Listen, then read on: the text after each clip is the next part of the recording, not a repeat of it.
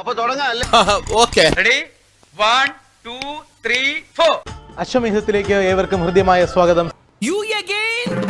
വീണ്ടും നിങ്ങളോ? ശ്രീ ബാബു ഭരദ്വാജ് ആൻഡ് ശ്രീ ശശികുമാർ, സ്വാഗതം സർ.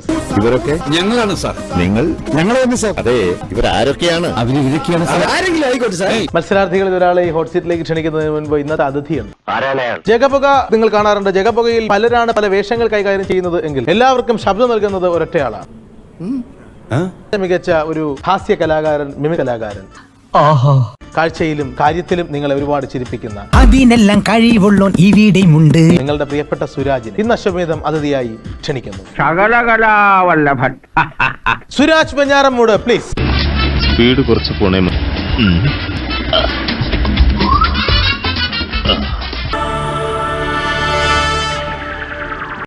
നിനക്ക് എങ്ങനെ കിട്ടി കുട്ടി ധൈര്യം? കാലുളിക്കിട്ടുന്നല്ല. പേടി, ഇത് ചിലപ്പോ പൊട്ടുന്ന് പേടി. ഒലക്കപ്പൊട്ടി എന്താ സംഭവിക്കാന്നറിയോ? ഇത് ഗ്ലാസ് അല്ലേ? ഗ്ലാസ് അല്ല, കുഴപ്പമില്ല. സുരാജ് ഇരിക്കുക.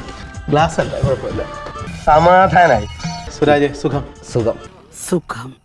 ഇല്ല, ഞാനൊന്ന് പറഞ്ഞോട്ടെ. ആ, ഞാൻ അവിടെ ഇരുന്നോട്ടെ. എന്താ? അല്ല, അങ്ങോട്ട് ഇരിക്കാന്ന് പറയായിരുന്നു. അതെ, എന്നും ചേട്ടൻ അവിടെ ഇരിക്കുന്നു, ഇന്ന് ഇവിടെ ഇരിക്കും. ഞാൻ അവിടെ ഇല്ല, അത് വേണ്ട, ഞാനിവിടെ ഇരുന്നോളാം. അത് വേണ്ട. ഒരു സെറ്റപ്പ് ഇല്ലേ? ഇവിടെ ഇരിക്കുന്നില്ല, എന്തൊരു സെറ്റപ്പ് ഇല്ല. ഒന്നുമില്ല. ഇല്ല, ഉറപ്പാണ്. ഉറപ്പാണ്. ഇത് കണ്ണാടി വെച്ച് കണ്ടിട്ടില്ല. അയ്യോ, അതിന്റെ ട്രേഡ് സീക്രട്ടാ, ഞാൻ പുറത്തു പറയില്ല. ചേട്ടൻ കണ്ണാടി വെച്ചേക്കല്ലേ, ഞാൻ കണ്ണാടി വെച്ചിരിക്കാന്ന് വിചാരിച്ചു. ബുദ്ധിയുടെ എന്തോ ഒരു സെറ്റപ്പ് ആയിരിക്കും. ബുദ്ധിയാണ് മെയിൻ സംഭവം സാറേ. ആരെങ്കിലും ഒന്ന് അനുകരിക്കണം.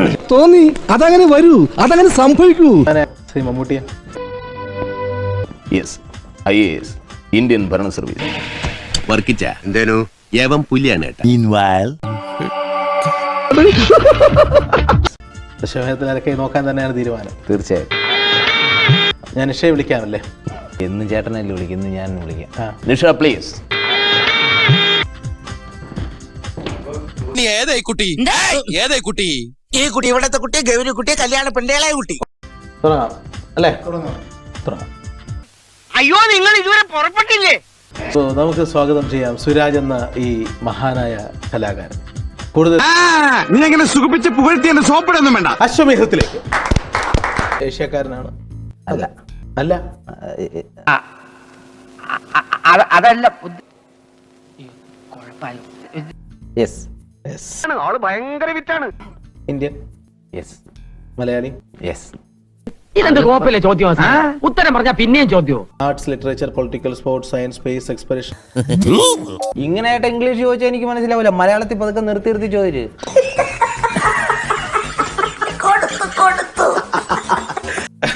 സ്പോർട്സ് അല്ല. രാഷ്ട്രീയമാണോ? അല്ല. ബിസിനസ്? അല്ല. മതപരം, ആത്മീയം, സാമൂഹ്യ പ്രവർത്തനം? അല്ല. പ്രസവിക്കുന്നവർക്ക് പോലും ഇത്രയും വെപ്രാളം കാണില്ല. കല? അതെ. 50 വയസ്സിന് മുകളിൽ പ്രായം? ഇല്ല. 10 ചോദ്യങ്ങളായി. പെർഫോം ചെയ്യുന്ന കലാകാരനാണ്? അതെ. 30 വയസ്സിന് മുകളിൽ പ്രായം? അതെ. നാടകം? അല്ല. ഹിന്ദു? അല്ല. മുസ്ലിം? യെസ്. എന്നിട്ട് മിമിക്രി? യെസ്. 16 ചോദ്യങ്ങൾ കഴിഞ്ഞിരിക്കുന്നു. പേരിനോടൊപ്പം ഒരു ജില്ലയുടെ പേര് കൂടിയുണ്ട്. യെസ്. മിമിക്രി രംഗത്ത് ശ്രദ്ധേയമായ നേട്ടങ്ങൾ കൈവരിച്ചു. അതെ. ഇതവൻ കൊണ്ടുപോയിട്ടാ education. Is it Kottayam Nazeer? അല്ല. അയ്യന്റെ മോനെ. കോട്ടയം നസീർ അല്ല. അല്ല. Is it കൊല്ലം സിറാജ്? അല്ല. കൊല്ലം സിറാജും അല്ല. 20 ചോദ്യങ്ങൾ.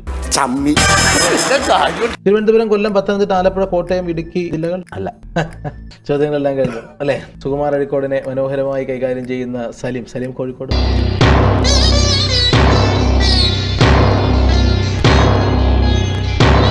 അല്ല. അല്ല. ഈശ്വര, ഇവിടെ ആരില്ലല്ലോ ഇതൊന്ന് പറഞ്ഞു ചിരിക്കാനേ. ആരെയാ കണികണ്ടത്? സിറാജ് ജയിച്ചു. അപ്പോ വിശ്വസിക്കാൻ പറ്റുന്നുണ്ടോ ജയിച്ചു?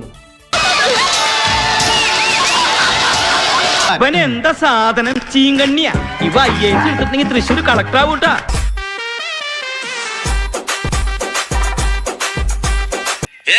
ഞാൻ പോകുന്നു. ബൈ.